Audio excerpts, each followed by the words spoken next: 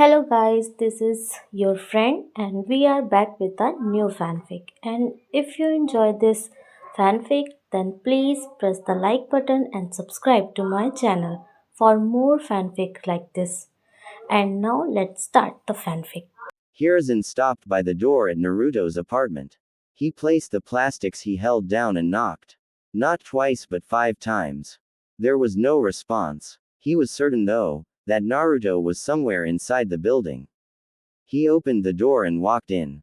It was always unlocked. There was a sign of danger painted at the door.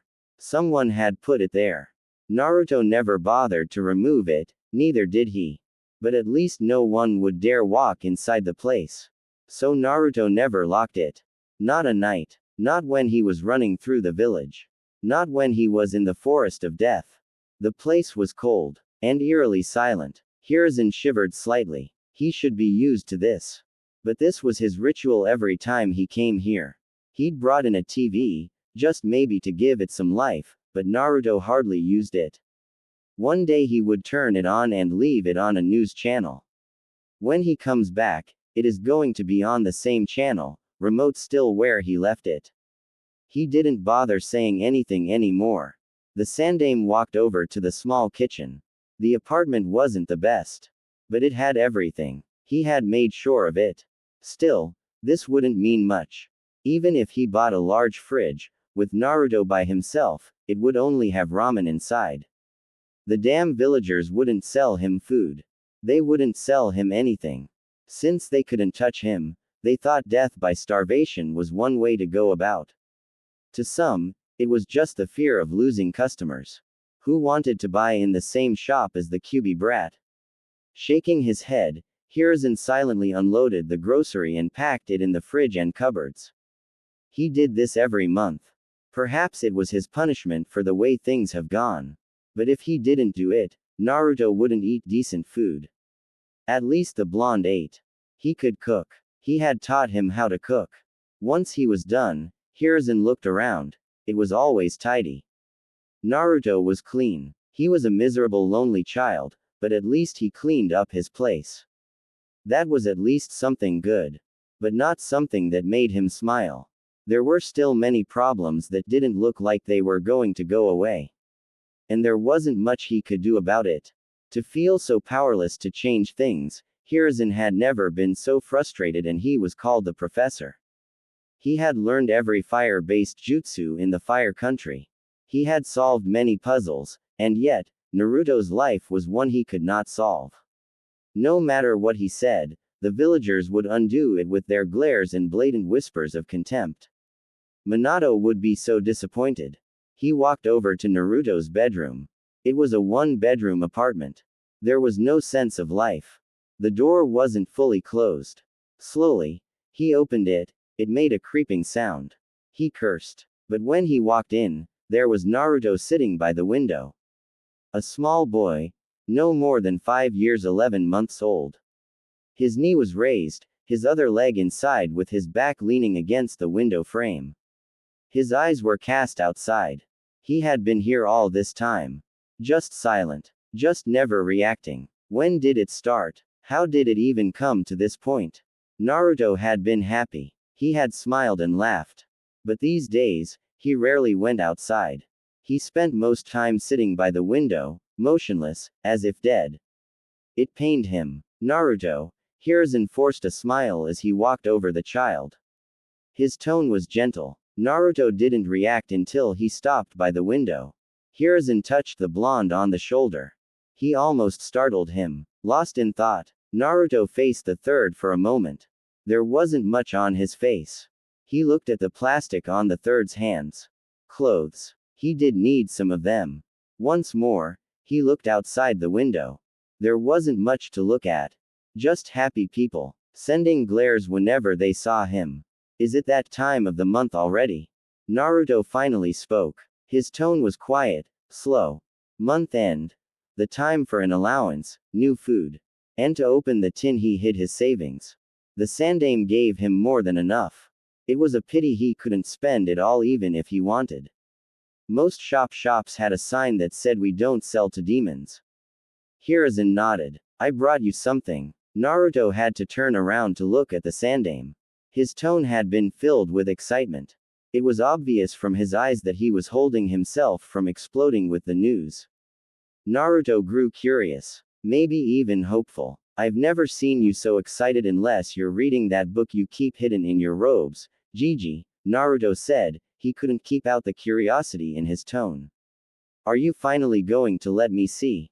Hiruzen coughed. He placed the plastic he held down. And then knelt. Naruto then turned over to him and stood facing him. He had done it automatically without any urging. The third placed both his hands on Naruto's shoulders. His lips twisted upside down. He was apologetic. I'm sorry for not having done this earlier, Naruto. He stared into those confused blue orbs for a moment before pulling Naruto into a tight hug. I am sorry. Naruto stiffened sharply. He wasn't used to this. His personal space intruded. When the Sandame didn't let go, his hands slowly moved and he wrapped them around the old man. Warmth. It was a beautiful feeling. He pulled tighter to get more of it. He buried face on the Sandame's shoulder, enjoying the warmth. It was at moments like this that something he couldn't explain occurred to his heart. His eyes usually water. But the feeling was good. He didn't always get it. But it was good. He couldn't explain it, but he didn't dislike it, even though it nearly brought him to tears. You're going to suffocate me, Naruto. I'm still an old man, the Sandame said with a chuckle before pulling away. Naruto smiled. Yes, he smiled. It was an embarrassed smile. Sorry, he murmured. Hiruzen was happy to see that smile. He cherished it for a moment. There was truly hope. Not all was lost. Yes, there was hope. Listen very carefully, Naruto. You are not going to tell anyone what I am going to tell you, and you will not show anyone what I am about to give you. He paused. Do you understand me? Naruto didn't have anyone he could tell. He had no friends. He didn't have family. He was alone in this world. Maybe he could tell the old man at the ramen stand, but that was that. Yet, he was confused. Why would the old man say he couldn't tell anyone when he had no one to tell? It wasn't by design of an obsession with solitude. He had tried. He has wasted so many hours and days chasing friends. Even if he made them for a couple of minutes, their mothers would come and drag them away. Don't play with him. Don't talk to him. They would say. It hurt him. It seriously wounded him. The last friends he had made tricked him. They saw he was too eager to make friends and then tricked him. They had sent him to the forest of death.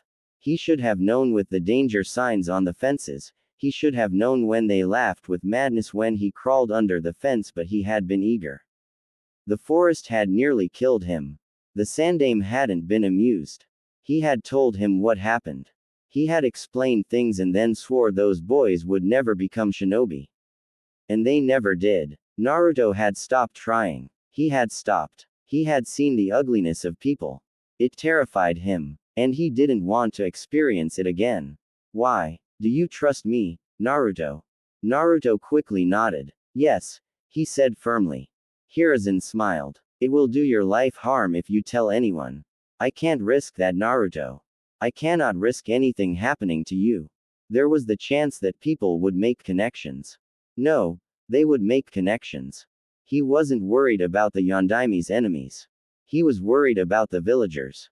They could reject the truth and try to harm Naruto for claiming otherwise. It wouldn't be pretty. He took out a picture from his robes. It wasn't framed. He handed it over to Naruto, who grasped it with both his hands. He was trembling. That, Naruto, is a picture of your mother. She was carrying you when it was taken. Like I told you, she died during the Kyuubi rampage. Mother. Mother. His mother. Her hair was red. It was that crimson color. Dangerous color. He was blonde. Naruto didn't question it. For the first time in his cold, brutal life filled with loneliness and contempt, Naruto had a mother. He had a mother. He wasn't the spawn of a demon. He wasn't the Kyuubi. He was born of this woman. This beautiful woman. The picture. He held it against his raging heart and walked over to his bed. He sat down. He had a mother. Those words repeated 1,000 times inside his head. Until until tears rolled over his eyes. He made sure he didn't water the picture. Naruto felt happy. He felt relieved. He felt as if something had closed in his heart. Hiruzen took out a shirt from the clothes he brought. He looked at the Uzumaki symbol for a moment before nodding his head. If it was going to bring Naruto happiness, then he would do it. He sat beside the blonde, but didn't say anything. Not until a couple of minutes passed. He didn't want to ruin the moment. Hell, and Anbu even came before him to tell him there was an urgent meeting with his advisors, but he brushed it off. It could wait. He had much more important matters to deal with. Her name was Kushina. Kushina Uzumaki. The same name as his. Uzumaki. Naruto stared at his mother. But he listened to the Sandaime Hokage attentively. He didn't want to miss anything. Most of your clothes have this symbol. You can see it even in Konoha's Jonin vests at the back. This is the symbol of the Uzumaki clan. Your clan, Naruto. Your mother's clan. Before you get hopeful, there are no more Uzumakis out there. At least as far as I know. Your ancestral home, the home where your mother came from, was destroyed during the Second Shinobi World War. He went on to tell Naruto the fame of the Uzumaki clan, its history with the Senju clan. He told the blonde most things. It wasn't a happy thing since the clan was destroyed and Uzu was nothing more than just ruins. But he believed it would give Naruto a sense of belonging. No matter what people say to him, he would know he came from somewhere and his mother once belonged to a prestigious clan. Gigi, will you take me to Uzu? I want to see it. I want to see it. He said those words with hope and excitement. Hiruzen frowned, but he didn't let it show to Naruto. Perhaps if he saw it, he would fully believe. It was one thing to be told about something than seeing it yourself. I will clear my calendar and take you there, but, he pressed his index finger on his lips. Don't tell anyone about it.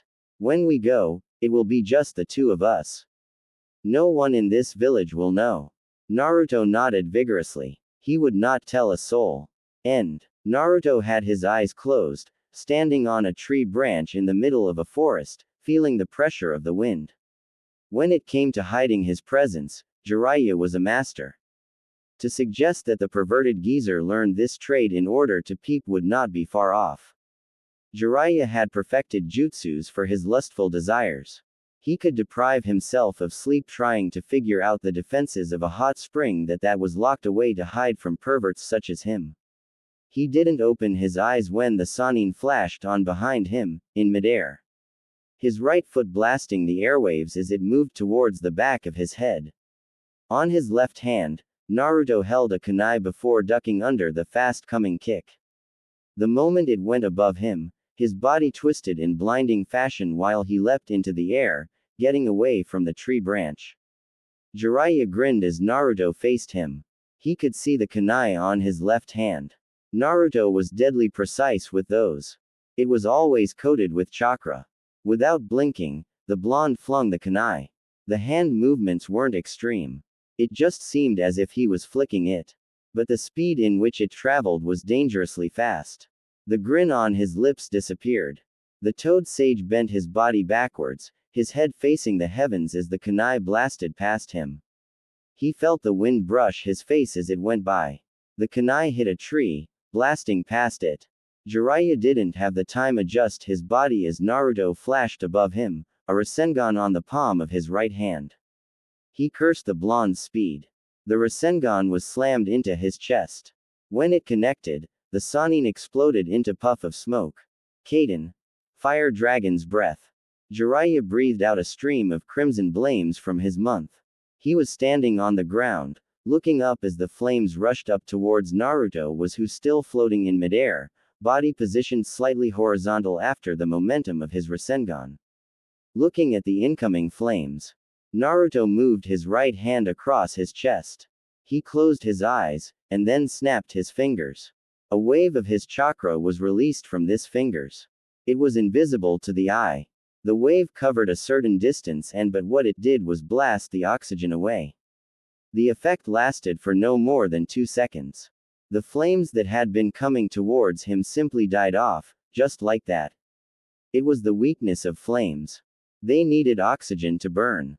Regardless of power and speed, as long as there was no oxygen, the flames would not burn.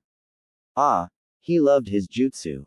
You're wide open, Jiraiya announced. He was on Naruto's right side, still in midair. There was no more warning when his right foot slammed onto Naruto's shoulder, sending the blonde flying away.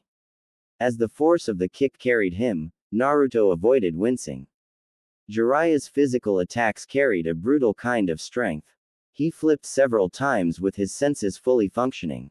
As he was about to pass a tree branch, he stretched out both his hands and grabbed it. He attempted to swing forward, but Jiraiya once again appeared. The Sannin was right in front of him. The man punched him on his chest. When the brutal punch connected, Naruto burst into a cloud of smoke. Jiraiya frowned before flashing away.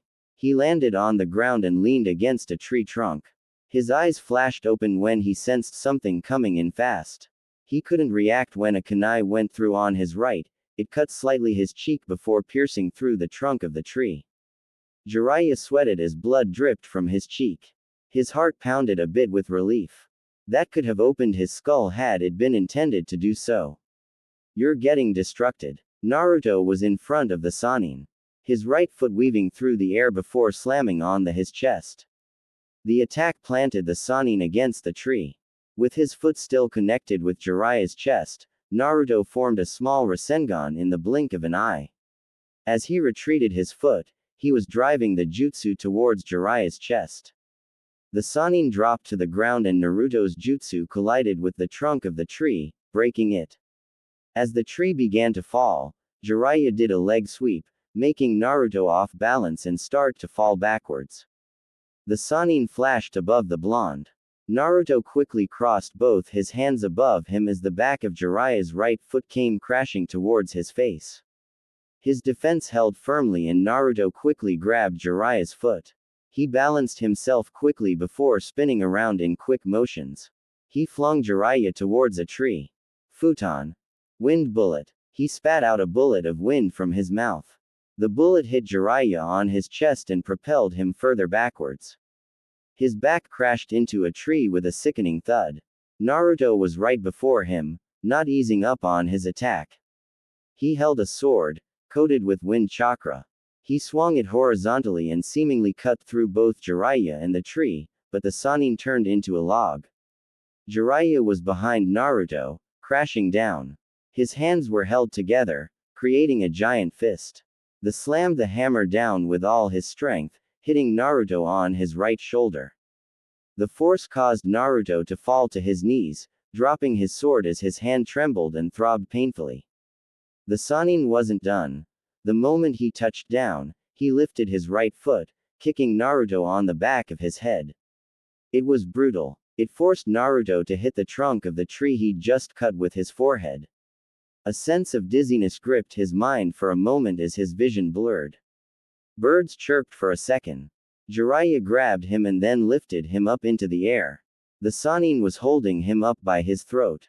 Just one hand. Shall we call an end to it? Too soon. Naruto muttered. He moved quickly. Both his hands grabbed Jiraiya's arm. He put so much pressure on his fingers that he stopped the flow of blood and Jiraiya's grip loosened. His legs moved up and he wrapped them around Jiraiya's arm. The Sannin cursed loudly before slamming Naruto on the ground. There was a loud boom as Naruto crashed with his back. But he didn't let go. He even started twisting the arm. Jiraiya started tapping on the ground comically before yelling. Naruto, you are going to break my hand. Do something about it. Naruto yelled back, careless of Jiraiya's pain. You shitty brat, if you break my hand, I won't be able to do research properly. That is worse than death. Naruto shrugged. It will save you from pain and women will have their dignity back. Jiraiya cursed once more and used his free hand to form a hand seal. His hair stretched and wrapped around Naruto. He strangled the blonde, forcing him to let him go. Once free, he hurled the blonde away. Naruto flipped several times before touching the ground with both his hands, trying to stop the momentum. Once he stopped, an earth spike burst from the ground. It was sharp, and dangerously moving towards his chest. Naruto propelled his body backwards by pushing chakra into his fingers to push himself. The spike missed him, just by a whisker. Jiraiya expected this. He was upon the blonde. Twisting as he moved, he channeled chakra onto his fight foot and then slammed it on Naruto's face. The kick picked the blonde off the ground, but before he could do anywhere, Jiraiya grabbed his right foot and then twisted him up before hurling him towards a tree. Naruto didn't have enough room to balance his body and so he crashed into the tree with his back. The Sannin appeared in front of him, driving his punch towards his chest. Jiraiya sensed a spike of chakra and tried to retreat. The blonde burst into a swirl of hundreds of small wind blades. He landed a distance away, but before he could even glance at the damage, he felt the air leave his lungs. Naruto was standing just away from him, with a bleeding face, but he was sucking all the oxygen away. It became harder to breathe for Jiraiya. He fell on his knees, clutched his chest, his mouth hung open. He was going to pass out. There was no relief when it stopped. Naruto kicked him on his forehead with a wind-enhanced kick. He guessed it was payback for his earlier kick. Jiraiya felt his head tremble violently. His vision blurred as dizziness took over. He didn't even feel it when he hit a tree with his back. His senses came back when something slammed into his gut, causing him to spit out saliva while falling on his knees, hands on his gut. The attacks were enhanced with wind. It wasn't like Tsunade, but they did the damage. Naruto fell down on his butt, his breathing labored. He wiped out the blood on his face and then fell on his back. He needed to rest. Once the pain was over, Jiraiya leaned against a tree trunk and looked at his hand. It was bleeding with several cuts. He applied his medical ninjutsu to stop the bleeding. The cuts were not deep, so they closed. After a couple of moments of silence, he looked at Naruto. His right hand still ached from that lock. The blonde was improving. He was getting better and better by each month. This training trip had been the best option for Naruto. If they hadn't done this, he wouldn't have gotten closer to his godson, he wouldn't be producing another shinobi who would surpass him. It was still early days, but one day, Naruto would surpass him. He would be better than him. Jiraiya was honestly proud. Minato had been a genius, but Naruto had potential and he used it to his advantage. He knew his potential. The blonde was also willing to learn. I'm no longer taking it easy on you, Jiraiya more or less grumbled. The last hits had been unpleasant. It has been quite a while since someone managed to hit him so hard. I told you to bring your A game, even senjutsu if possible. I'd kill you with senjutsu. And I am soon going to cripple you if you're not careful. Naruto retorted. Jiraiya frowned. That was true. He couldn't deny it. It wasn't the arrogance speaking. It was a fact. Before their training ends, Naruto was most likely going to leave him bedridden for a couple of days. They did fight with the intention to kill. There was no friendly. You could break a leg. It was part of the training. Part of fighting experience. More than anyone, Jiraiya knew the experience was important for survival. Your reflexes are good and your speed has improved. But you need to stop leaving gaps between your attacks. Jiraiya lectured. You also leave yourself open each time you snap your fingers. It is only for a second. When fighting against normal shinobi, I can recover quickly. Don't take comfort in that. You will fight people even faster than me. If they are faster, they will attack on that lapse of concentration. If you cannot work around the problem, it is best you leave that jutsu for emergencies. I think that would be best, Naruto said before going silent for a moment. It requires maximum concentration and I must stop breathing monetarily. For you it might be seconds, but for me, it is like minutes. Well, we can't take away the fact that the jutsu is a work of genius. It basically makes the fire element useless against you, Jiraiya smiled. When are you going to broaden your arsenal? You can't be satisfied with just wind. That aside, wind is weak against some elements. You must always be ready to adapt to any change, and using different elements helps in this regard. I can work something out with fire. Given my extensive knowledge of the element, Using fire-based jutsus for me should require minimal effort, Naruto said, getting up. I will send a letter to Tsunade for her to send us some scrolls with fire-based jutsus, he said while getting. Come on, let us go back to the town. He looked at himself and frowned. This is going to drive away customers. Don't flatter yourself. You're not pleasant to look at even when you are clean. Jiraiya glared at Naruto. Neither are you. He spat. Naruto shrugged. I have never been pleasant to look at. I have accepted that, he said indifferently. But you seem to be struggling with denial. You should sit in a dark corner and repeat after yourself. I'm not pleasant to look at. I'm not pleasant to look at. I know it will finally click in. Jiraiya didn't ease on his glare. The cold dark humor. Sometimes Jiraiya questioned Naruto's sanity. But he knew there was no harm. He was used to it. They would be laughing any moment. It has always been like this. At least he was with his godson. Who else did he have? The sandame was gone and that had truly shattered the blonde. The old man was everything to Naruto. And when he died, without saying a word to him, Naruto has suffered. And then there was Sasuke. The cursed Uchiha. Thinking of him made Jiraiya angry. Well, not since they left Konoha has Naruto brought up the subject. Not once, not ever. Hell, the blonde didn't even talk about Konoha. And Jiraiya didn't push. He was getting close. There was no need to venture into territories Naruto didn't want to touch. But he understood that they couldn't ignore it forever. They would have to talk about it because sooner or later, they would have to return to Konoha. You could at least try to be nice, you know. My heart isn't that strong anymore, he said with mock misery, feigning to be 100 years old. Old people are locked up in their homes, Naruto said. He sighed and stared into the heavens. What do you think is up in the sky where we cannot see, sensei? Jiraiya cast his eyes into the clear sky. He stared for a moment before shaking his head. I don't think there is anything there. I don't think there is life there. Interesting, isn't it? Naruto said. What? You say there is no life there, but up in there is where this world receives its life. If the heavens do not make clouds for rain, the trees, the animals, the grass, these things will die. The rivers will eventually run dry and people will be next. There is no life there, and yet, it is where we receive our lives. Once again, Jiraiya looked into the sky. He couldn't argue with the blonde on that note. One thing he has noted about the blonde was that he was deeply knowledgeable about many things. And he knew how to apply his knowledge. Perhaps it was the wisdom he gained from spending much time with the Sandame Hokage. When you spend time people, something about them also rubs off you. That is nature, Jiraiya said. Naruto nodded. Yes, nature.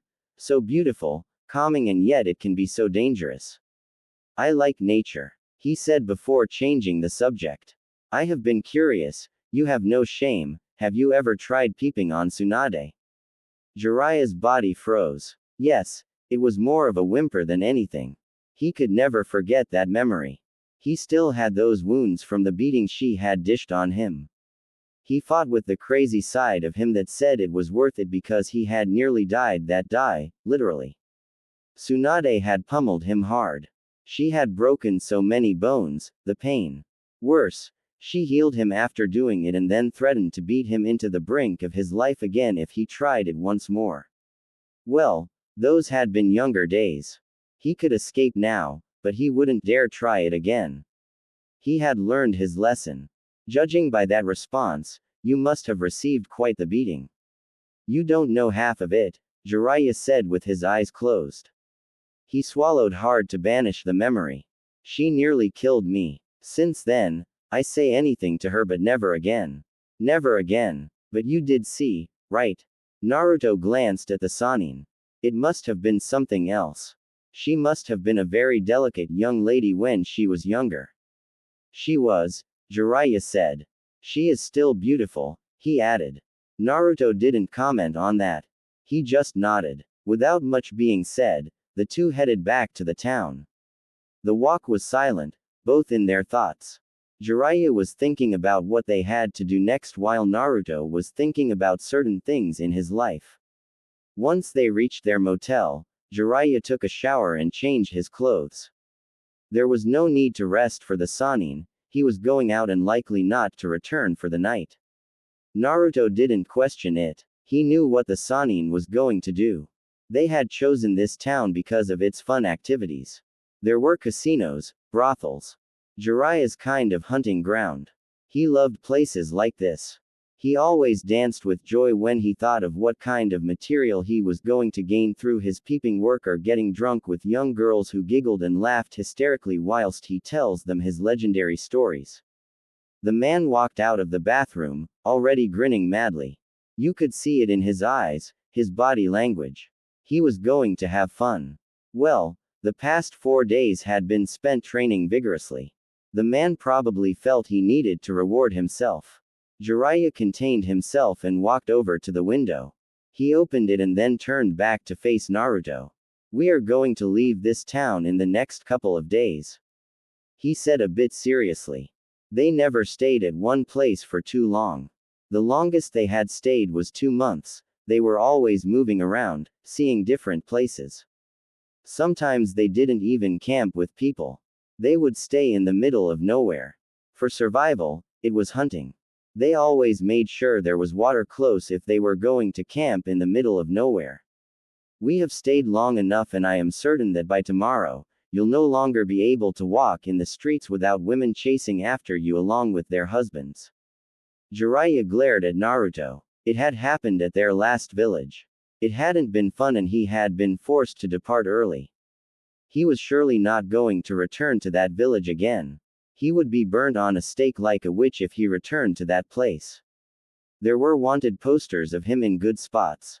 And whose fault was it that I was nearly killed? Naruto shrugged. You left without giving me money for food. What was I supposed to eat? You're a man, you need to make a plan and you didn't have to expose me like that. I wouldn't need to make a plan if I wasn't forced to use my money to bail us out after you lost your wallet when running away from one of your conquests. Jiraiya smiled, remembering that day. That had been truly a good day. That woman had assets as big as Tsunade's. She was just sitting there in the water, never minding her nudity, doing things to herself. Jiraiya had never been quite pleased. Anyway, he fought the blush gracing his cheeks. When I come back, you must be ready. I will look for a mission you can do. This time, it will have to be difficult. Naruto sighed. So, you'll be gone for a couple of days. The Sannin nodded. He took out his wallet and stared at his money. He glanced at Naruto and then his money. He frowned. If he didn't give enough, Naruto was going to hunt him down and ruin things for him. He counted a few bills and put them down. I put enough for food and some fun, he finished with a grin. With that, he jumped out of the window and was gone. Naruto shook his head and walked over to the window. He leaned against the window while sitting down, his right foot close to his chest with his left touching the floor inside. He rested his right hand on his knee and stared down at the streets. This was his comfort zone. How many days has he seen, sitting like this? He couldn't remember. They were too many to count. Almost all days he had a window, he performed this ritual. The streets filled with people. Mothers walking with their daughters, boys chasing each other, drunkards, walking past with a stench that turned people away. He saw this scene almost every day. Yet he was never tired of seeing it. The past 16 years of his life have never been dull. There was always something happening. Had it not been for the old man, it would have been chaotic at best, but when he saw those mothers, he remembered his own mother, the woman who gave birth to him. Now he knew he had a father. The Sandaime had left it as his last revelation before he died, a painful experience that had been losing the one you loved, the one who saved your sanity. Jiraiya had come in, talked to Tsunade and he was taken out of the village after a couple of months of misery and solitude. For more than 2 years now, he has been running around the elemental nations with the Sannin. He has seen many things. Many people, the shamefulness of Jiraiya, and he had learned to drink. He had learned to speak to women. He was still young, but his body was growing fast. Then again, The old man had always ensured that he ate healthy. After an hour, a bird flew over to Naruto and landed on his right shoulder. He stood up and walked over to a small wooden table in the wide room and sat on a cushion. He took the scroll it carried and the bird flew over to the window. It stood there, as if standing watch. It always did that each time it came. Naruto opened the small scroll and channeled chakra through it. Another scroll appeared in a puff of smoke. It was another storage scroll.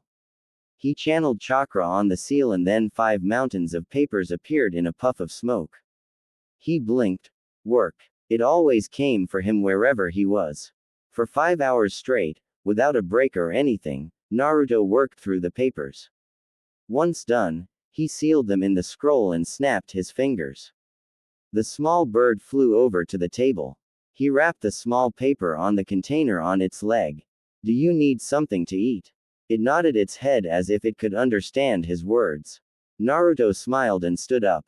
He returned with a small cup of water and fresh bread. The bird ate and then drank. If you drank, I'd give you some sake as thank you. The bird seemed to shake its head as if to say, alcohol. No thank you. Naruto laughed. Safe journey, he said. The bird made a sound before flying away. The sun was already setting, it would be night soon. He couldn't sit here forever, he would lose his mind. Naruto went over to clean himself and then changed his clothes. Once done, he took a nap. By the time he woke up, it was dark outside. He pocketed the bills Jiraiya left him and put his hands on his pockets before walking out. He was already familiar with the town. He knew where to go, but it usually depended on where the wind was blowing. His mind wasn't focused on the road ahead, so he only blinked when he stopped at a bar. He could hear the music blasting from inside, voices of male and females. Miserable people having fun and happy people expressing their joy. To be human, to be alive. People came here. There was a guard at the entrance. It was to guard against children walking inside. The young ones had a rebellious streak about them. They liked the joys of the adults. The forbidden ecstasy always seemed to be too attracting to humans. Naruto just still 16, still underage, but he was a shinobi. Those rules didn't apply. When the large man saw his headband, he merely grunted and opened way for him. The insides were dimly lit. The noise was too much. But those who complained about it shouldn't be here in the first place. They should be at home sleeping or reading night stories to their kids. If you couldn't handle the pressure, just stay away from it, or so a certain lady had told him. Naruto went towards the bar. He didn't sit, he looked around and saw a free table by a corner. It was dark and you couldn't see clearly. It was his perfect place. He ordered 4 bottles. Once they came, he took 2 cups and walked over to his little corner. Solitude. The alcohol. Ah, the perfect combination to drown in bitterness. Konoha. It has been 2.5 years since Naruto left the village and still, there was no mention from Jiraiya on when they would return. Her friend hadn't even been returning. He sent letters every now and then, but he never showed up. Even now, she was looking at his letter. She was going to write for him to show up before her. Tsunade missed them. She really did miss the two. They had brought her back to this village and now they were running around in the elemental nation without her, her old life. She hoped that Jiraiya wasn't teaching Naruto how to gamble. She had permitted them to go away because Naruto hadn't been the most happiest of people.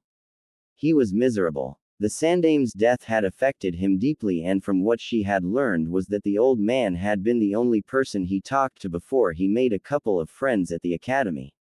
It hadn't been easy and that only happened in his last year. Jiraiya said he was fine. But she was a bit concerned. He was family in a way. He was the son of Kushina, someone who had been from her grandmother's clan and someone who was close to the old woman. She wasn't the one who was by Mito when she died, it had been Kushina, Naruto's mother. So, she did consider him family. Tsunade placed the letter on top of her desk and tapped her fingers. Something wrong, Tsunade-sama? Sakura asked quietly. The slug princess glanced at the pinkett. She had grown. Well, she had trained her well. But she was still obsessed with Sasuke. That rotten child. He had been spoiled rotten. From what she knew, Tsunade didn't understand why the villagers adored him. She didn't see why girls liked him. He had a cold personality and he was rude. Did the girls really like him like that? If someone said they had been brainwashed, Tsunade wouldn't disagree. Sakura had been willing to throw a fit if someone said bad things about her beloved. The damned Uchiha. No, Tsunade said with a shake of her head. I'm just worried about Naruto. It has been 2.5 years now and from Jiraiya's letters, they are still training. He is even requesting scrolls to continue with Naruto's training, she explained with a frown. Naruto. Her teammate. The boy she'd been cruel to in their days. At some point, even Sasuke had yelled at her and told her that she didn't understand anything. She didn't know anything. Sakura had been hurt but she hadn't understood why Sasuke gave her that reaction. Now she did. She had been cruel to him. She never acted like a teammate. There were good memories but her attitude towards Naruto bothered her these days when she looked back at it. Perhaps it was because now she understood things about him. She knew his story. She knew why he got along with Sasuke. They were both lonely people. They both didn't have anyone. And she had mocked Naruto for not having parents. Sasuke didn't have them either, but she had considered that his had died. Naruto had never known his.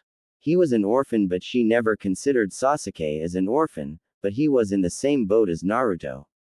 How is he? Sakura asked carefully. Jiraiya never explains in detail but he is fine, Tsunade said a bit bitterly. Sakura was surprised at the realization. So he has never sent you a letter? Tsunade nodded. No, not even one, not since he left. I have only been hearing from Jiraiya. If this continues, I will order them to come back, she said firmly.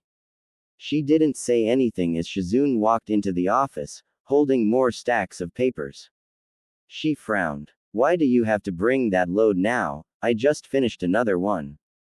It is going to pile up if I leave it, Shizune said calmly. There is also this, she said handing a report to Tsunade. The Godime looked at the report for a moment before frowning. Troubling news. She didn't need it now. She closed it and put it on the drawer on her desk. She handled the letter from Jiraiya to Shizune. Please make sure you get everything in the list, I need to send them to Jiraiya. Shizune looked at the list. She left quietly without saying another word to Tsunade. Once Shizune was gone, Sakura took the opportunity to ask. Anything on Sasuke? She asked hopefully. Her eyes widened, she didn't want to miss anything on Tsunade's face. Tsunade shook her head. Still nothing. Well, he is with Orochimaru, he is rather difficult to track down, she frowned. But we must find him. The time is coming for Orochimaru to change bodies and if we don't act, he might take Sasuke's body. That will be over for the Uchiha. Sasuke-kun won't let that happen.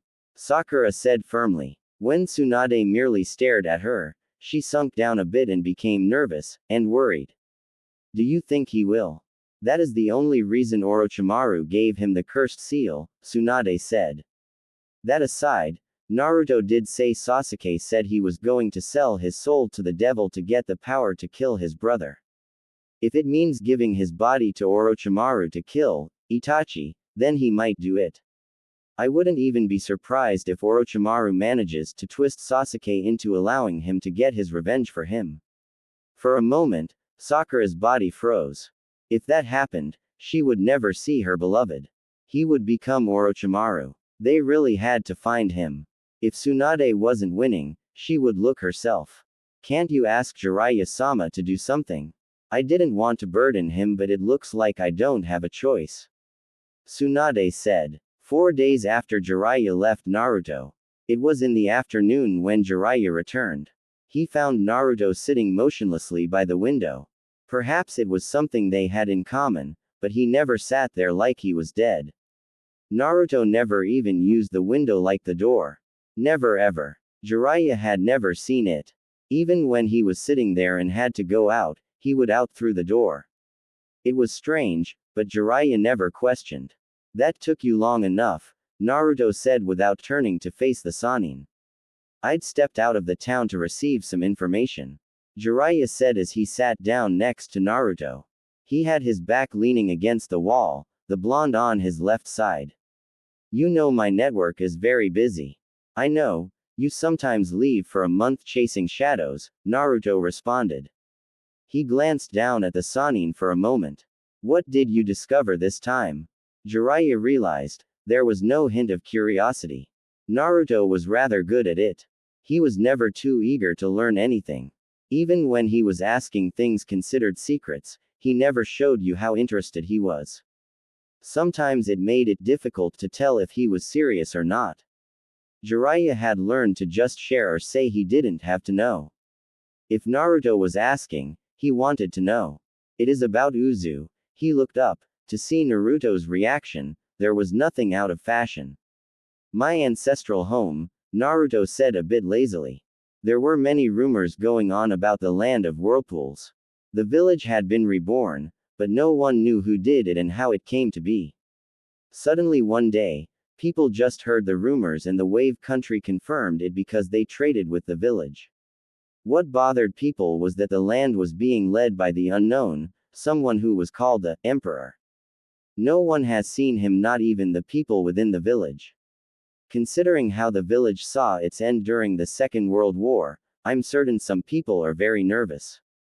Naruto added, his blue eyes staring outside once more.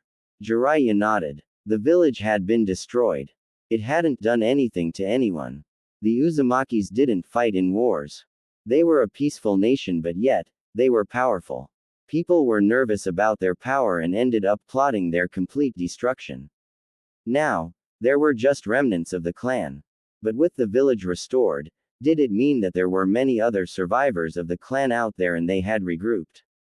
Iwagakure is the one that is most agitated. Jiraiya said. They are concerned because if really it is the Uzumaki, they might have an enemy with a grudge. That is one way to look at it. Naruto said. Jiraiya raised an eyebrow. He would not forget, Naruto was Uzumaki. Even though he didn't live there, it was still his ancestral home and his mother had come from there. How would you look at it? Naruto shrugged indifferently. My clan was peaceful, they did not support wars, and they did not fight. They were allies of Konoha but never partook in the wars. They didn't start trouble with anyone. They were hidden in their village, minding their own business, and yet some people felt threatened by them and decided to destroy them. What would you feel about that, sensei? There was no anger, no emotion, nothing in Naruto's tone. Again, Jiraiya couldn't tell what Naruto thought. As those blue orbs glanced back him, there was a hint of curiosity in how he would respond to the question. It is a difficult one, but you cannot say that what Iwa and its allies was just. It was wrong in every sense of the word. Yet, nothing was done, not even by Konoha. Again, Naruto looked outside the window. Our world isn't fair at times, sensei. People with power always do what they please. Sometimes, right, is decided by those with power. I know that, believe me, I know. There was bitterness in Jiraiya's tone. This is why it is my desire to change this world. He said with burning passion. I admire your passion, sensei. I'm sure my father shared it as well. Of course, Jiraiya said with a grin. It is why he named you after the hero of my first book after all. Ah, yes, that book. You said my father liked it. I think I like it as well, perhaps for different reasons, but Naruto wouldn't say. What would you have done in that situation, sensei? In a world you desire, would you have allowed Iwa and its allies to get away with what they did? Their action was nothing but a slaughter of innocents. I say this not because it is my clan, but looking at it as someone who has listened to your desires. Jiraiya thought for a couple of moments before shaking his head. I don't know, Naruto. Iwa would say they were justified and they wouldn't back down. Anything would more forceful would result in bloodshed. He said. But if you have listened me too, you will know that I still don't have answers. Naruto nodded. Which is indeed a pity, the blonde said. What of Kiri? They are the ones should be most worried. Kiri is a bit far and we don't generally go there. It was locked up in a civil war. But I heard that the war was over and that a new cage has been named. I'll go there sometime. Jiraiya said. Naruto didn't say anything else on the subject, he just nodded and asked. What is new in the information you received? Nothing much, there are still many things we don't know. Getting inside is near impossible. I'd have to go there myself. But since it is something that will require time, I can't do it now. I would have to be away from you for a long time, and there are dangerous spies get killed there, Jiraiya explained lightly. I want to focus on our training now. But I am checking Iwa's movements. What are they doing? Nothing as things stand, but they are watching. I wouldn't bet against them preparing naval forces to prepare for an invasion if they feel they might be attacked. Kill them first before they kill you, Naruto said. It was the cold truth. Jiraiya could only grunt in response. What would you do if it came to that? Naruto took his time before responding. I don't know, he said. You said we'd do a mission when we leave. The Sannin nodded. Are you ready? He asked. But let me correct you, I never said, we. Naruto looked at the Sannin curiously. Why don't I like the sound of that? Jiraiya smiled. There is nothing to worry about. Otogakur. Kukukukukukuku. Orochimaru laughed with throbbing joy, seeing Sasuke fight. He was sitting on his throne. The Uchiha was excelling and moving faster than he had anticipated. He had been right after all and the Uchiha was a good candidate. But then again, he was never wrong, was he? He was usually right because he made calculated moves. Kimimaro had turned out a failure because of his illness, but Sasuke was perfect. The Sharingan would finally be within his grasp and he would make sure that the body would last him. It was a pity he could not sit Sasuke on a chair, strap him up and then begin to bisect him to an up close to what actually happened inside the Uchiha's body. Well, he just had to be patient. He would do it once he gained the body. He didn't have a problem with cutting himself up. Orochimaru went through a fit of coughs coupled up with blood. He frowned. This body had reached its limits. He really needed another host. He couldn't move freely now. And very soon, he would be bedridden, unable to do anything. Kabuto walked up to him, medicine. Dutifully, the nin gave him his medicine before glancing at Sasuke who was fighting in the hall. He is improving splendidly, he said. Should we inform him of Naruto-kun's improvements as well? Orochimaru shook his head. Let us leave that for now. It might come in handy as a form of motivation, he said. Did you bring what I asked for? Kabuto nodded. I've also found something interesting that you might like to know, he said lifting up his glasses. Orochimaru eyed Kabuto. Was he being teased? If the man knew he was going to like it, why didn't he just say it? Kabuto was loyal, but sometimes Orochimaru questioned it. He smiled. What is it? It appears that Gurren has once more surfaced in Uzushiogakure. Orochimaru blinked. Oh, that was indeed an interesting piece of information.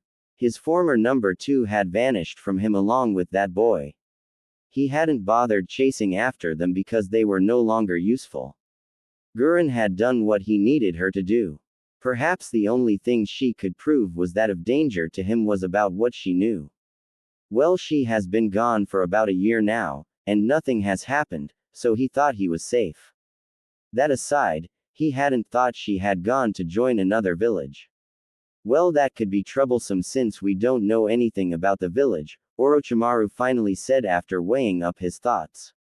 Have you sent someone? Yes, but they didn't come back. Well, it is interesting, Orochimaru. I could go myself, but at this point, I need to be by your side. A bitter reminder that he did need Kabuto at this moment. His movements were limited and very soon, he wasn't going to be able to do any by himself. The medicine wasn't for anything but pain. He couldn't stop the rot. So long as his soul remained here, the body would continue to break apart and he would experience the pain. Why didn't Kabuto just leave him? He shook his head. He needn't think about such things. There is something I have prepared, but I'd rather not use it unless there is no other choice. I am not going to be like this forever anyway, but if Gurren was here, I'd take her body and continue to nurture Sasuke-kun until he is ripe for the taking, the Sannin said. Call him. Kabuto nodded and called Sasuke. The stoic-looking Uchiha walked up to the two, his fully matured Sharingan glaring at the pathetic-looking Sannin with so much coldness that it filled Orochimaru with joy. What? I have a mission for you. I'm finally leaving this cage, Sasuke said as he accepted a scroll from Kabuto. Everything is in there, Orochimaru said. It is merely a test of your strength. I want to see if you can succeed smoothly before changing tactics for your training. River Country. Naruto sitting under a tree in a meditative position with his eyes firmly fixed on Jiraiya. The Sannin was sitting there with him. Plans were drawn on the ground. Naruto had already surveyed everything while Jiraiya watched. The Sannin hadn't commented and said he would not comment. Even if Naruto was making a mistake in something, he would not say anything, not until the mission was over. The Sannin had said he had to make sure no innocent person died, and if it happened, he would have to live with it because that was what happened. The village close to them was being occupied by criminals, scums who were here for the loot. The village of Takumi has sent for help and they had to remove the scums. Naruto had to do everything by himself. There were 30 enemies, but they were mostly just bandits.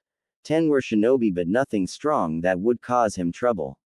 The danger here was that he had to make sure that they didn't kill the village people. If he made the wrong move, they would kill them and the mission would be a failure. The leaders of the group were all located in a small bar having a meeting. This was a perfect opportunity to strike, when all leaders were at one place. 7 were doing patrols around the village. He could easily handle those with his clones and silently as well. 5 were guarding the daughter of the village leader who they were demanding a ransom for. These people were in different locations and he had to strike quickly. The rest of the villagers were in their homes. They were told not to make moves. For some reason, Jiraiya had leaked that Takumi had hired shinobi and he had to deal with people who were aware that an enemy was coming. Remember Naruto, if you just leave this people, they are going to harm more people. If there was a mass jail for criminals, we'd capture them and send them there, but we don't have that. Killing is part of the job. Don't make it feel natural for you. It's not natural. Life is precious, but as shinobi, we cannot avoid it. You don't always have to kill. You have to determine what is safer. Naruto had shed blood before. It had been horrible. He hadn't meant to do it. The man was a bandit and Naruto had put too much strength on his hands, he had ended up snapping his neck. That sickening crack when the head twisted, those eyes rolling with life disappearing, they had haunted him, but Jiraiya had been there. Jiraiya was taking him through this, just to prepare him, just to make sure that he would not freeze and risk the lives of innocent people locked up in their homes. At any moment now, these people were going to round up the villagers and use them as shields to deter shinobi from attacking. This was why Naruto had to move now. I know, sensei. Naruto said. Wish me luck. Just use your head. This isn't a battle that can be won because of physical prowess. You might have the power and still lose. Just know that you sometimes have to put aside all that power and use a kunai to get the job done. Naruto nodded. He stood up. 2 minutes. He said. A minute is more than enough for you. Jiraiya said. You have your shadow clones to help you. Since the enemy is weak, that is more than enough. But 2 minutes it is. Naruto stood up and jumped onto a tree. He would have preferred to just walk into the small village and crush the enemy, but he had to be subtle about things. There were not more than 15 houses here. It was a mining village. But the gold had run out. The bandits didn't know. Imagine their disappointment when they found out. Kage Bunshin no Jutsu, Naruto created 7 clones to deal with the bandits standing guard. He created 11 more to guard the houses where people were locked. The 5 guarding the important girl were inside as with the leaders, so he could get rid of the others without them noticing. Once his clones dispelled after completing their duties, Naruto ran. His movements were as smooth as a gentle breeze. He didn't make a sound as he danced through the rooftops before suddenly landing behind a group of 4 bandits. Hey WH. He didn't allow them to say anything. He moved in the blink of an eye, jumping over the man. As he was doing so, 3 kunais were fling in 3 different directions. The kunais hit straight on the foreheads of their targets. They pierced through. He landed on the man's shoulders, and placed his hand over the man's mouth to stop him from screaming. The others dropped to the ground, before he hit the man on the back of his head, knocking him out cold. The villagers would deal with him. Naruto left a clone to tie him up before disappearing along with small gusts of wind. The house he appeared in was a double-story house. His target was upstairs with her 5 guards. There were 10 downstairs, drinking while placing guards. They were laughing merrily while the villagers cried in their houses. There was no hope for tomorrow. They were thinking, at any moment now, they would be killed. Cold-hearted humans. But he had seen it, hadn't he? The ugliness of people. He had experienced it too, so he could understand. Naruto went behind the house and walked through the wall. He peeked through the window. The girl looked fine. She was small, crawled up in a corner, trembling in fear, tears in her eyes. People were truly ugly, weren't they? A little girl, an innocent child, and you did that to her. He had been innocent too. A child, younger than she was, and ugly people had tormented him. He needed to get in silently, and time was ticking away. He held a single hand sign and used Shunshin to appear in the room. 5 kunais were in his hands. He twisted speedily and threw them all, each hitting its target. The bandits didn't see a damn thing. They fell lifelessly on the floor. Naruto walked over to the girl and knelt down. He gave her a warm smile and whispered something to her ear. He noticed she tensed. She was afraid. He created a clone which picked her up and left by the window. Naruto stood up. He was done with this part. He took out a smoke bomb and went downstairs. He threw the ball on the round table the 10 were gathered around. It went off, quickly covering the room with smoke. Everything else occurred within seconds, and Naruto walked out safely with his hands inside his pockets. He could consider his mission done and dusted. He just had to interrupt a meeting, and with everyone else gone, he didn't have to worry about the safety of the civilians, but the clones would still keep watch of everything. Naruto had manners, unlike a certain pervert. So he actually knocked when he arrived at the door where the leaders of the bandits were gathered. He knocked gently a couple of times before a large man walked up. He dwarfed his frame by sizable proportions. Even a Chunin would be afraid to face such a man whose face was a field of scars. What? The man demanded, glaring at Naruto. He then noticed the headband. They sent a brat. A brat? He looked insulted for a moment. Naruto didn't say anything. His response was to punch the man on his face. Despite his size, the man was sent flying back inside the room. He crashed loudly onto a wall, face bleeding, teeth falling out. He cursed loudly as he staggered to get up to his feet. Naruto stepped into the room. They were all large, ugly men. They were the kind of perverts of liked little girls. Pedophiles. He counted them calmly before greeting them. They were not even the least surprised or alarmed.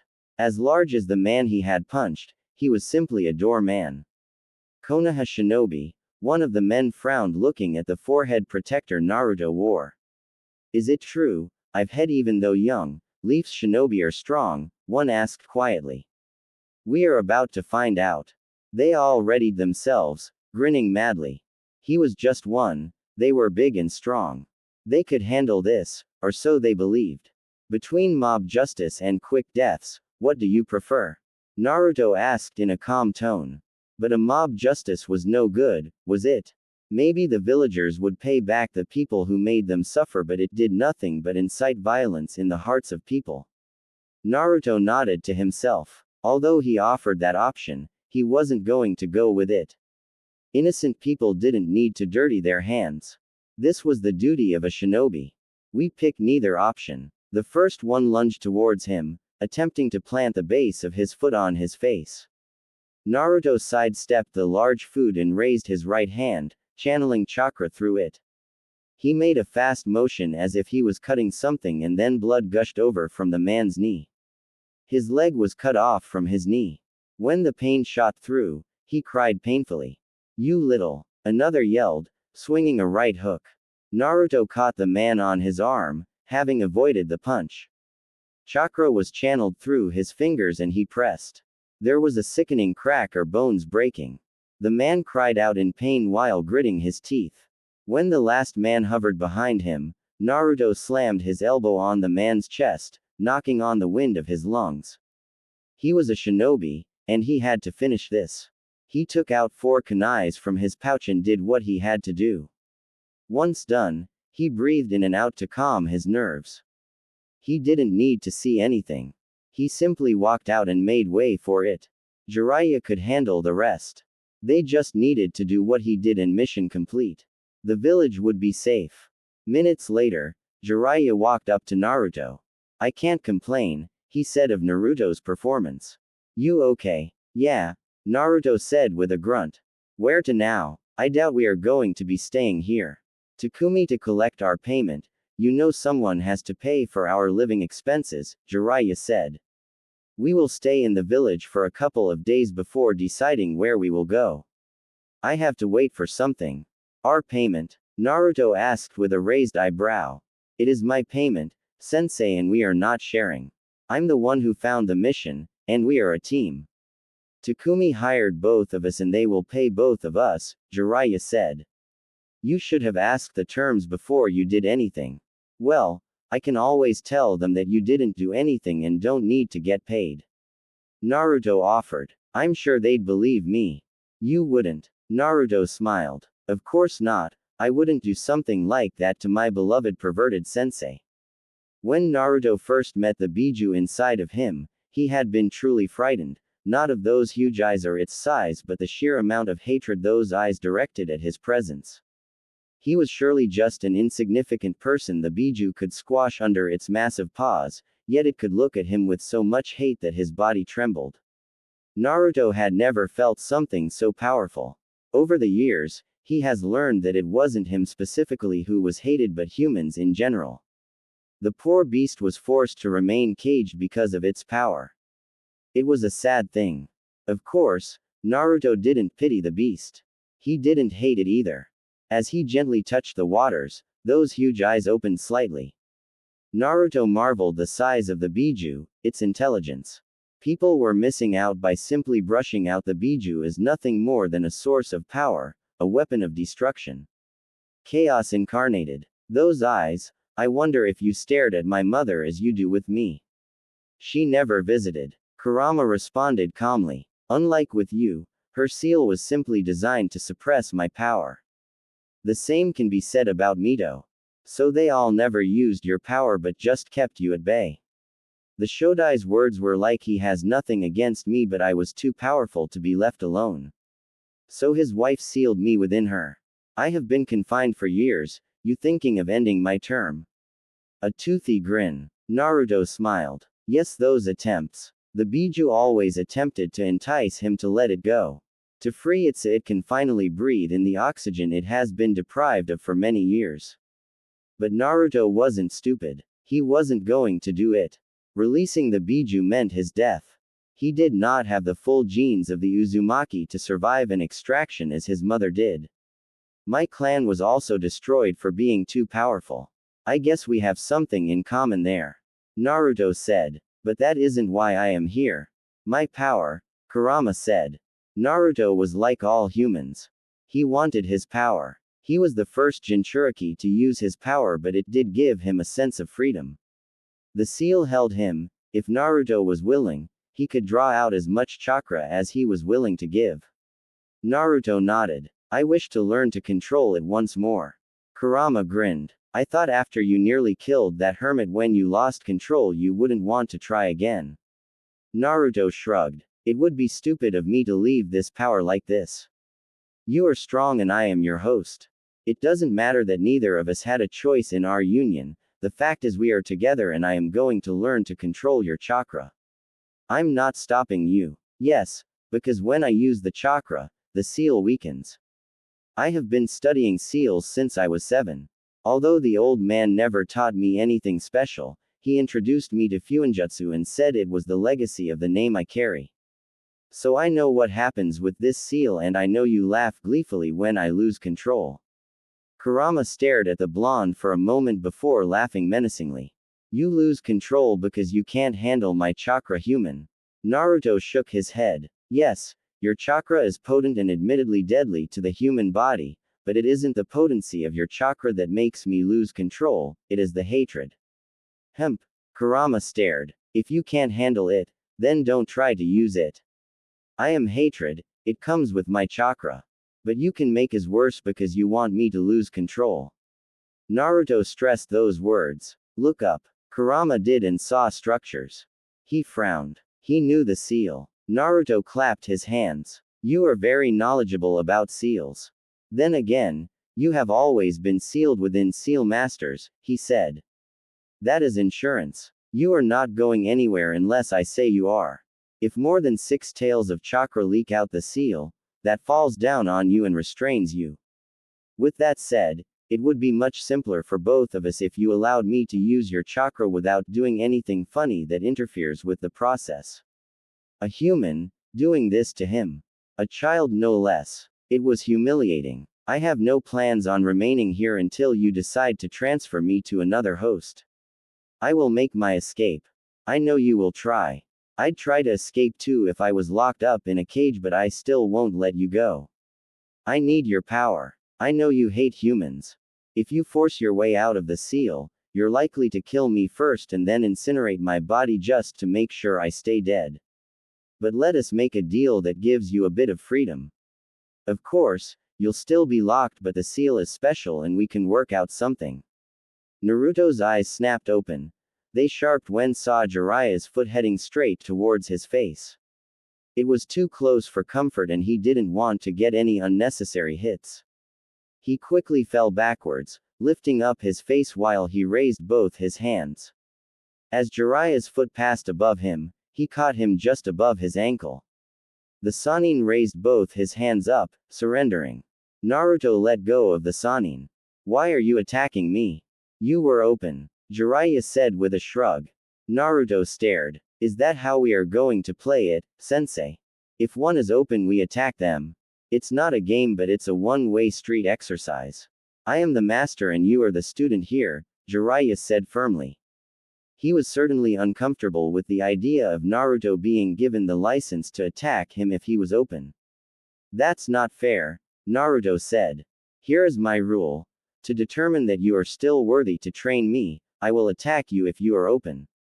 I see no value if being helped on by someone weaker than me. Jiraiya stared. You still got a long way to go, brat, the Sannin said. He sighed and sat down next to the blonde. They were still in the river country. It has been a week and he already had plans. He would have liked to start with other things, but there was something he had to do and it was important. Not to mention he still needed to see Tsunade. The woman had been forceful in her letter. He had to go before attending other agent matters that needed him and he couldn't do them with Naruto. But even if he was to leave Naruto, it wasn't going to be much of a problem for the training the blonde had to go through. Naruto did his own training when it came to ninjutsu. Even as his sensei, he only informed Naruto of the basics and the blonde did everything on his own. When they do get to fire, he would only teach Naruto the basics in a jutsu he knew. The blonde would learn everything by himself. He trained Naruto with taijutsu, kenjutsu and some genjutsu. Naruto was not that good with the latter, so they'd shelved it and focused on simply being able to negate them. Troubled, Jiraiya glanced at Naruto for a moment before shaking his head. No, he said. I was just sorting out my thoughts. What were you doing anyway? Ah, when you interrupted me, Naruto started. I was having a delightful conversation with the Kyuubi regarding the use of its chakra. You'd loosened the seal before to allow me to draw out as much chakra as possible, but there were massive negative consequences to this. Jiraiya frowned. He still hadn't even told Tsunade about the incident. She would freak out, possibly question why Naruto even needed to learn to use the Kyuubi's power. But he believed it was necessary. Why have so much power inside of you and not learn to use it? Besides, with the way Minato designed the seal, it was designed for Naruto to control the power. The key was for this purpose. The cage could still be unlocked while keeping the Kyuubi sealed. However, if Naruto was consumed by the power, the Kyuubi got free. Don't remind me about those consequences. The toads won't give me the key again after that incident, the Sannin grumbled. They'd questioned his decision. Well, he had been close to dying and releasing the Kyuubi at that time. If he had died, the Kyuubi would have escaped. Jiraiya laughed bitterly at the thought. It would have been a ridiculous end to his miserable life if his last deed was unleashing a hateful Biju into this world. It would surely leave a trail of destruction on its path, and who would be blamed for it? Most of all, Naruto would be gone. He would have ended Minato's legacy. Naruto shrugged at this. He didn't need the key at this point. He had already copied it and memorized it. Without seeing it, he wouldn't be able to recreate it because the lock was hidden and the seal itself was worthy of Uzumaki. For greatness, we must be willing to take risks, sensei. If everything came easy, things would be different. Naruto said. My conversation with the Biju centered on it allowing me to use its chakra freely. Of course, I can still use it freely, but when forced and taken in its raw nature, it leads to situations we'd both rather avoid. Jiraiya was silent for a couple of moments. Did it say yes? Of course not. The Biju wants to leave the cage, Naruto said with a shake of his head. Even so, I still want to learn to control its power. We are fine with at least 2 tails, but anything more than that, it becomes a problem. I'm okay with that, but you must understand that power alone doesn't determine things, Naruto. You can control the power of the Kyuubi and still be unable to do anything. Naruto smiled. Sensei, you should know there is such a thing as soft power. Believe me, I know and understand it. Orochimaru doesn't use his physical prowess to entice his mad followers, he speaks to them, a language they can understand. That is politics. But the power of words cannot be underestimated. You can change things with words. You can influence how people look at things with your words. But as shinobi, there comes a time when words cannot save your life or protect what you value. That is where this power comes into play, don't you think so, sensei? Jiraiya nodded. Sometimes Naruto spoke volumes. Sometimes he spoke like someone who was much older. But he was just a brat. And of course, these were just moments. That is correct, I see sensei taught you valuable lessons in life. It was necessary, Naruto said with his eyes closed. The villagers glared at me with contempt, they said things in whispers and it crushed me. There were no jutsus there and yet my life could have been destroyed. That is just one practical example of how words can change things. The bitter days that he hadn't seen much of, Jiraiya cursed his cowardice. Had he been a little courageous, he would have bothered trying with Naruto, but he did not. Even when he came, he watched from afar. His sensei had asked him, "When are going to introduce yourself to Naruto?" It didn't have to be anything related to his parents. The third was his beloved master. Naruto could have understood without too many questions. But he hadn't. He had said he couldn't do anything good. Sensei was really good to you, huh? There was sadness in his eyes. Naruto nodded. He was my family, he said and paused. A minute passed before he spoke again. When do we begin? Jiraiya gathered his thoughts for a moment. He gave Naruto a scroll and explained. This contains what you need in order to learn how to convert your chakra into fire before learning to use fire-based jutsus. Like what you did when you learned to bend wind. Naruto shook his head. He returned the scroll back to Sannin. I know how to that. Jiraiya blinked. When did you learn? You have never even tried using fire-based jutsus when sparring with me. You always use wind. About a year ago, Naruto said with a shrug. I have been putting focus on learning to use wind chakra and controlling the air around me. This requires maximum focus. I couldn't allow myself to be preoccupied with something else. More than a year and he never said a word. Not a damn word. But then again, given that shrug, it was apparent that he didn't take it as something serious. You still don't know any fire-based jutsus. I have a good memory. I most certainly remember the hand signs you have used for your jutsus. But I haven't tried it, yet. Again, a nonchalant shrug. Jiraiya understood why Naruto never said anything. He didn't want to start learning to use fire-based jutsus at that time. We can't start your training now. The one about the Kyuubi. Why? We have to go our separate ways, Jiraiya said. I have some things to do and will be traveling a lot. You have to go to Sunagakur and try to finish your wind training there. The environment is very conducive there. I will send you a message once we are done and we can talk about concluding things. Last time I checked we didn't have a good relationship with the hidden sand. Suna had invaded the leaf and they had ended up fighting. He had fought and defeated Suna's Jinchuriki. Had Konoha had bad leaders, it would have certainly marched to decimate the sand. But good leaders avoided such bloodshed and were working on something else. That has been resolved, Jiraiya said. Tsunade soothed things out, but there are still some people who are wary. They did betray us, they can do it again. At least some people are thinking that. Naruto looked thoughtful for a moment. Then I must confirm how things are there before they take things to the next level. My training is nothing more than convenience. Jiraiya grinned. You're not a bad student, he said. Kakashi always spoke about reading underneath the underneath, Naruto said with a shake of his head. The desert is going to be unpleasant. If you get caught in a sandstorm. But it should be fine. You can always consider it a training trip. You really do like trial by fire sensei. You threw me in a deep pit to get me to learn how to summon the toads, Naruto stared. One of these days sensei, you'll be drunk and wake up sleeping next to the old hag while posing. Jiraiya shivered at the thought of Tsunade seeing him before her when waking up. She'd kill him this time around. Let us not go that far, he said nervously. I sent a message to the Subaku family to inform them of your visit. I thought it would be suitable they know. Naruto nodded and looked up into the sky. I'll camp by the border tonight and enter the desert before the sun rises. He said. Don't try to learn using the Kyuubi's power there.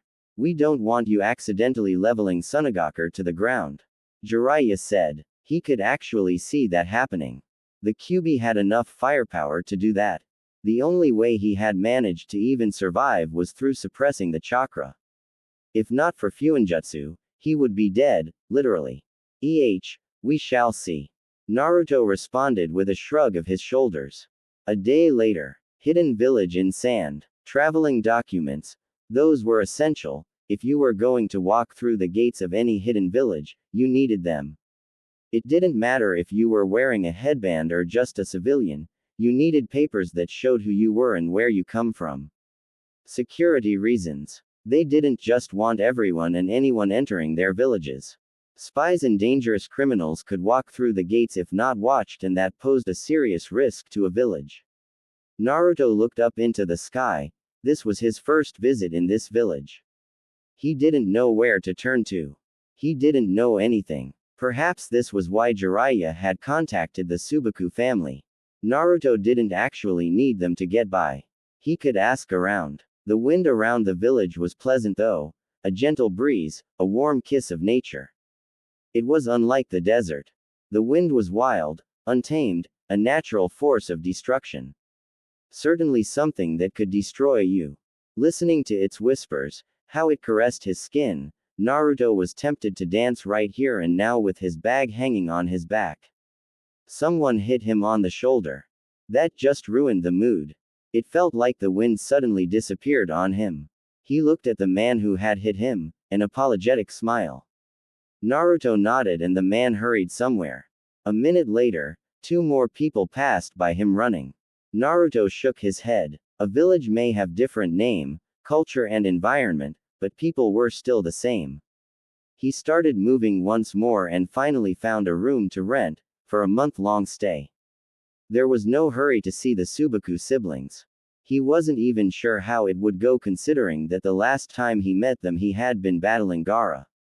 Well, at least it had ended up pleasantly. Naruto placed his bag on the bed and turned towards the window. His calling. It was high up in the wall. He frowned. He stepped next to the wall and placed his hand on it. He blinked before smiling. He almost laughed. He was thinking of creating a window that suited his needs. Was he that obsessive about this? Naruto shook his head. The window was probably up there because of the conditions in the village. If storms came, they had to be safe. He placed his hands up and climbed up onto the window. He couldn't sit the way he preferred given the size of the walls, but it would do. Once settled, Naruto looked outside. It wasn't a pleasant view. Then again, he never visited the window for its view. 2 hours went by before Naruto was snapped out of his thoughts by a knock on the door. He thought about ignoring it for a moment. His sentimental time was being disturbed. Silently shaking his head, and went down and walked over to the wall. A young girl, who showed him the room, was standing there, with a warm smile. Sorry to disturb you, but I just wanted to see if would take your food here or if you would eat downstairs. Jiraiya was going to shout and curse, but Naruto would only smile. He was renting a room in a 5-star hotel. The Sannin would cry foul over his wasted money. Naruto was usually safe with the money the Sannin gave him. He rarely spent it all and the man was more than happy to take it back. So, just this once, he could live the life of a spoiled prince. I will come downstairs, he said. Can I also get a small table I can use to write on? I will speak to the manager about that. Thank you. The young lady gave him the eating schedule and before walking away, Naruto closed the door behind him and sighed. He should ease the tensions he felt on his body. Traveling in the heat of the desert is a bit rough. He would rest his body today and would go out tomorrow for training. Hidden leaf. A bandaged Jiraiya was sitting by the window, with a frown on his lips. Naruto didn't do this to him. But Tsunade had to greet him by pummeling him. He couldn't do his job with his body in pain. It would be troublesome if he came across trouble when his body was still suffering from the effects of Tsunade's beatings. Well, he was used to it anyway. I can't believe you, you damn pervert. Tsunade sent a harsh glare towards her former teammate. Jiraiya moved slightly. He was ready to bolt through the window if Tsunade made a move. One beating was enough, he couldn't take another one. I just couldn't help myself, Haim. When I came in, I felt that I was being called. Being called my. Tsunade didn't ease up on her glare. For more than 2 years you don't come show up, and when you finally do appear, the first thing you do is go on a peeping tour. He didn't bother coming to see her. He didn't come through the gates.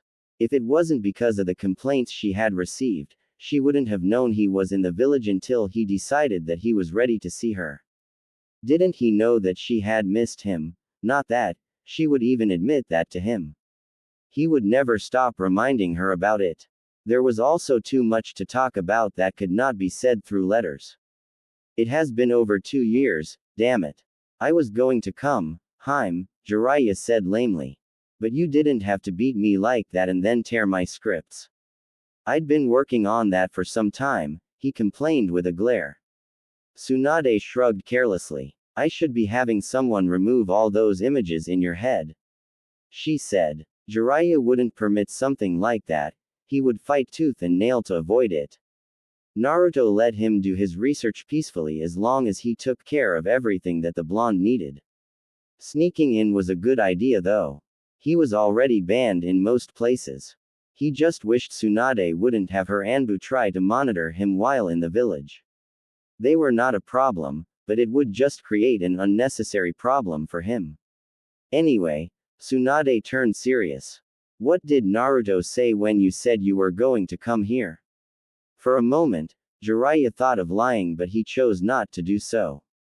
He wouldn't do that to Tsunade. Nothing, he said. Tsunade was silent for a few moments. At this point, it was getting dangerous, but she didn't want to get suspicious or cast doubts around Naruto. But he could not mope around forever. Or maybe he wasn't moping around but just had nothing to say. He hasn't had very good memories in Konoha. They certainly didn't give him anything. As far as she knew, the only good thing that had occurred for him in this village was when they cheered for him after he won his match at the Chunin exams. But that was the only thing. All other memories were bad, and the Sandame's former advisors seemed particularly worried about this. Then again, they dined with Danzo. There was always an ulterior motive. But they kept disturbing her about Naruto's return to the Leaf. She certainly didn't want him to spend more years in the wilderness. She was sure he would be here when needed, but the Leaf didn't need another Jiraiya. I was thinking that perhaps he would have said something, Tsunade said in a measured tone. He doesn't talk much about anything personal. We get along just fine and I think he is fine, but we do need to start talking about these issues. Then again, it seems that unless I bring up something we won't talk about it unless it has something to do with training. But he does talk when the subjects come up. Jiraiya nodded his head. He isn't a silent person when you are talking to him, but he can be very silent.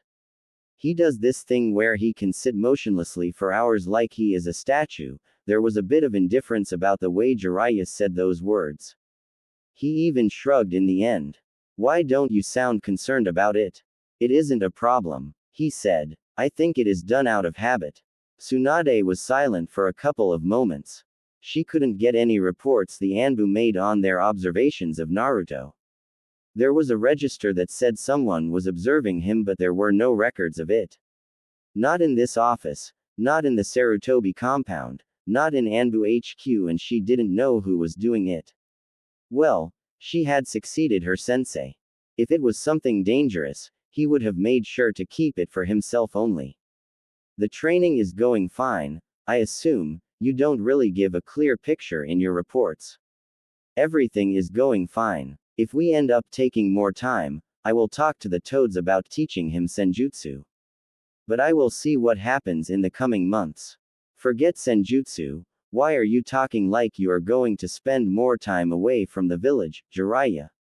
You have to start talking about coming back now. There is a limit to how much I can tolerate this. I will talk to Naruto about it, but I did mention that we would have to talk about concluding things, the Sannin said. Tsunade stared at the man. He didn't sound concerned, and he wasn't saying they would come back. You're not concerned, are you? You are happy you are spending time with your godson and are able to do some good for your past failures. Jiraiya smiled bitterly. That might be true. It may be selfish on my part, but I am doing something good here. Naruto is learning and he will become a great asset to Konoha. It isn't like there is anything that really needs him here, so he can afford to focus on his training, Jiraiya responded in a tone filled with regrets. I will talk to him about it. Let us just give it one more year, Haim. Tsunade sighed. The issue with Uzu is becoming a problem. Naruto is Uzumaki and his continued absence in the village is troubling to some people and to me really. If there are survivors of the Uzumaki clan there, would he decide to go there, or would he come back to this village that has done nothing but treat him with contempt? Jiraiya frowned. He avoided thinking about this issue. He didn't want to question Naruto's loyalties. His sensei had never said anything about Naruto being a flight risk. But this was what Tsunade was basically saying. He could understand from her position. There was also the Kyuubi to think about. What are some people plotting? I don't know as yet, but they will eventually. She sighed tiredly. Who could have thought that the revival of one small village could unsettle things so much? Well, you could understand why it was destroyed in the first place. Our world depends on bijus to balance power, but they had the power of making possessing bijus worthless. The Uzumaki's sealing prowess was something that we can never see in this world. Jiraiya said, if they have come back, now you start questioning, are they going to come for us? A paranoid person like Danzo will also be thinking, will they also look at Konoha? Why would they turn to us if they have indeed revived? Konoha did nothing after Uzu was destroyed. Nothing. Mito was married to the first Hokage. We carry their symbol on our shinobi vests. Kushina was sent to this village for the sole purpose of becoming a Jinchuriki. And yet, when their village was destroyed, we did nothing. Tsunade frowned. That just raises a new problem. We will deal with it when it comes. But if we are looking at it in that way, they have a lot of enemies. She said. We still don't know anything, so best we wait. Have you been able to determine Naruto's standing in this?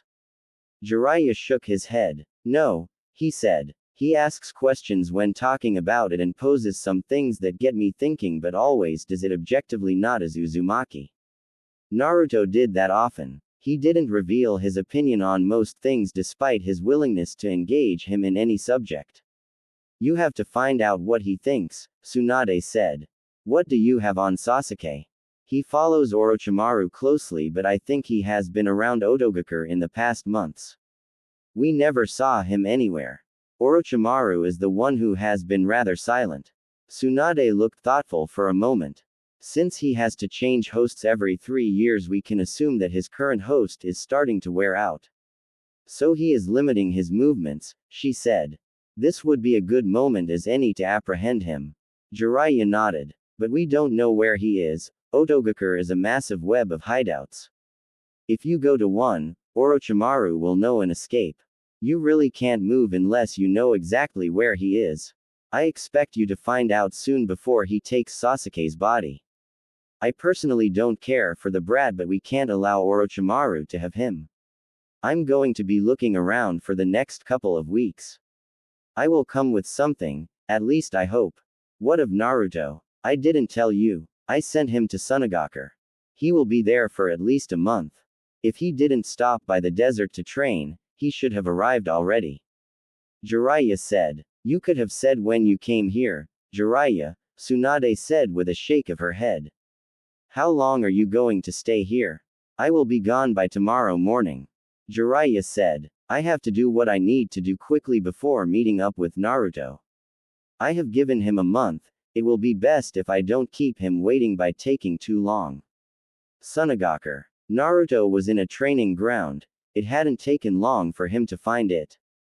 The whispers of the wind were just too much for him to ignore.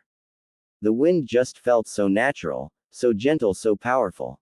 In the places he has been, he has had to use much of his chakra to generate wind jutsus, but here, you could control the wind itself. It was a difficult adventure, but nothing impossible.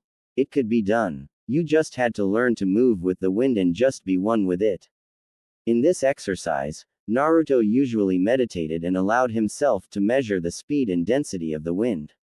You could not simply wish to control something you did not understand and could not measure. He meditated for about 2 hours before standing up. He took a stance and breathed calmly, his breathing becoming silent, like an assassin. Once he had achieved this, Naruto lifted his hands up and then down again. He twisted around and the wind picked up.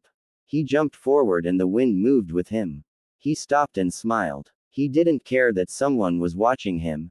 It was only natural for them to observe his movements. He was still a leaf shinobi and maybe they had become allies once more, but he was using their training grounds without even talking to anyone in their ranks. And by now, they probably knew that he was a Jinchuriki of the Kyuubi. If they were willing to let their Jinchuriki run loose in Konoha, they'd think the leaf would do the same. Naruto shook his head. Wasn't it something that such thoughts hadn't disturbed his breathing? Then again, for how long has he been doing this? The days in the forest of death, the days sitting by the window of his apartment in the leaf. It has been long. Many years. It was only natural for him. But he had forgotten when he started hanging out with people. He shoved the thoughts to the back of his head and returned to his training. He waved his hand across his chest, picking up wind, this time around, with dust. He tried spinning it around, but it fell down. His concentration. Naruto stood motionlessly for a couple of minutes trying to regain his concentration. Once he was satisfied, he started moving. He waved both his hands, moving the gentle air around him. He needed to move with it. He started walking around along with the wind. He did jumps while controlling the wind, moving it with him. He did this for an hour before halting.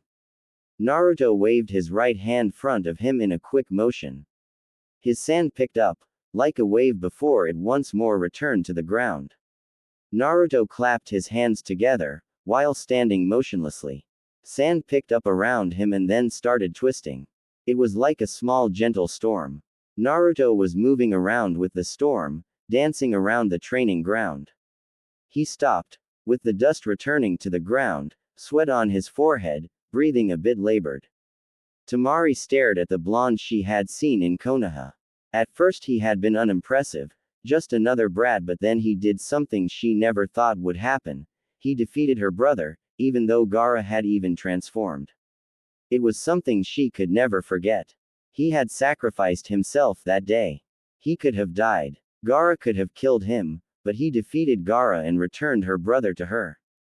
Now he was standing there, looking at her. He had grown, he still looked slim, his hair was long, reaching over his shoulders, and it looked like it was never cut because it was messy, but it could be because of the dance he was doing. He was dressed long black pants and a black long-sleeved shirt with a swirling symbol in the front. He had truly grown, a bit of something to look at. That was impressive, Tamari said, walking over to Naruto. Naruto shook his head. He had a small smile on his lips seeing the blonde kunoichi. It was nothing, he said. Just requires a bit of concentration and energy. He paused. You don't have a problem if I sit down, do you? I am a little worn out than look. The exercise took out a lot from me. Tamari shook her head. She glanced at him with a curious eye as he settled down. On first look, it appeared that you were controlling the sand, but that isn't it. Naruto glanced up at the blonde. Subaku no Tamari. The eldest of the past Kage's children. As far as he was concerned, this village has yet to elect a Kage since Rasa was killed. This was the daughter of that man and a brother to the puppet user as well as Gaara. His memory of her was when she brutalized Tenten during the Chunin exams and looked irritated when Shikaku quit in their match. Oh yes, she did blush when she first saw Sasuke. What is so funny? Tamari more or less demanded. Naruto shook his head. Sorry, I was thinking about something. When we first met, you blushed when you saw my former teammate. Tamari sent the blonde a slight glare. She didn't want to be reminded of that moment. I thought he was good looking and impressive, but he was a rude person, she said with a frown. Well, you looked delightful in person to look at first glance, but were rather brutal in your battle. Naruto said. First glances don't always reveal everything, do they? Tamari looked away from a moment. He had just complimented her. When was the last time someone did that? Oh yeah, it almost never happened. She was the sister of a bloody killer. Even though Gaara had changed, to the people of this village, he was still the bloodthirsty killer who killed people just for looking at him, a bitter past that just didn't seem to stay away from them. She coughed once before responding. No, they are not. I'd brushed you off at first glance. You look like some weak brat who was just playing shinobi with a headband. But you truly are impressive. No, you shocked me. I didn't think you'd be able to defeat my brother. Naruto smiled. Well, there is really nothing that is impossible, he said. Brother, you are speaking of him fondly. Last time you were truly afraid of him. I guess things really did change after my fight with him. Tamari nodded with a smile. They did. I guess that is thanks to you, she said. I am a Jinchuriki. Perhaps it is the territory, Naruto said.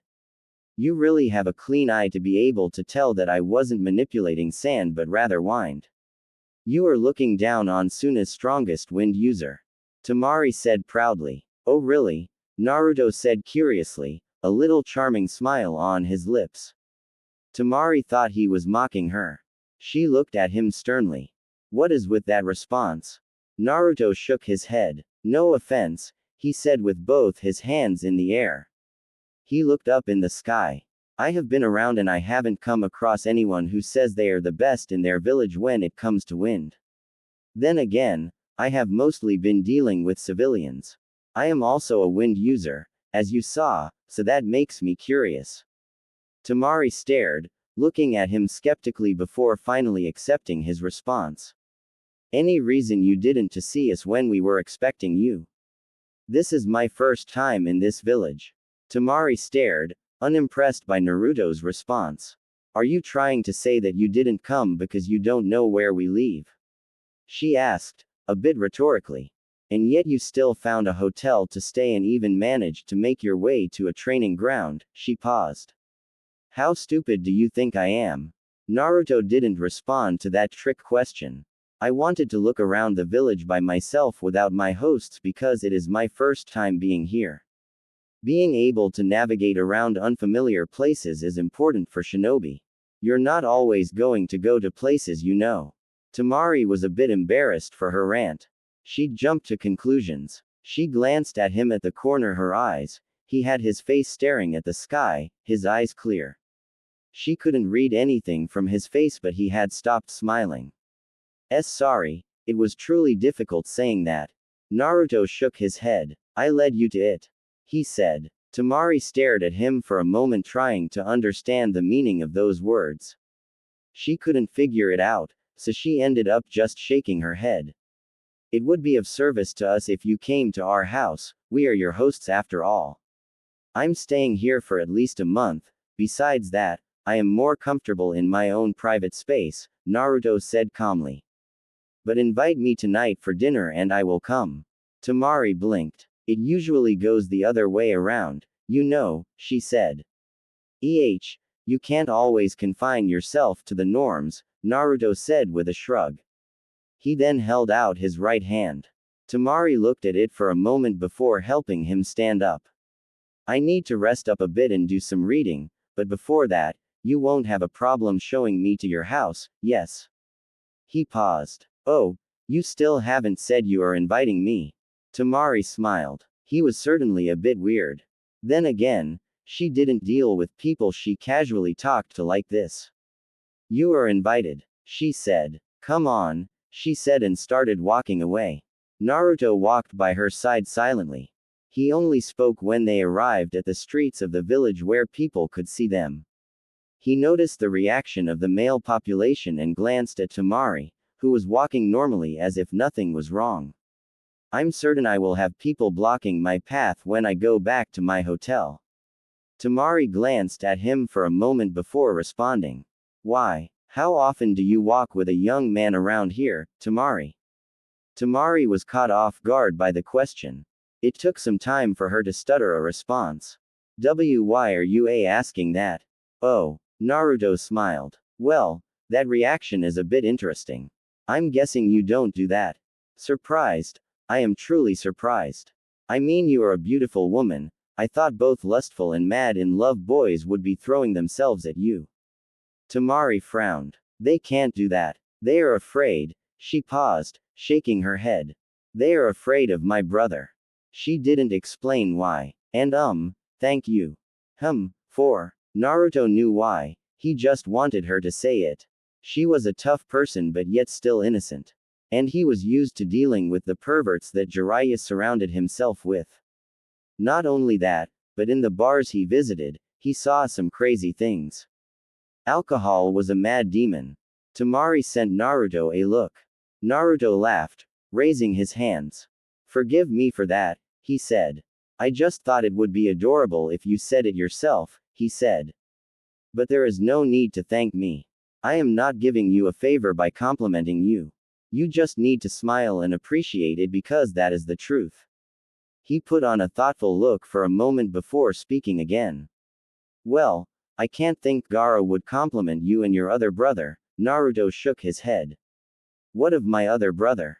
Naruto shook his head. Nothing, he said. He didn't step into Temari's house, he just looked and then turned around to leave. Tamari offered to walk him to his hotel, but he shook his head. It was a gentleman's duty to walk a lady home. Her reaction had been a bit amusing once more. Later night.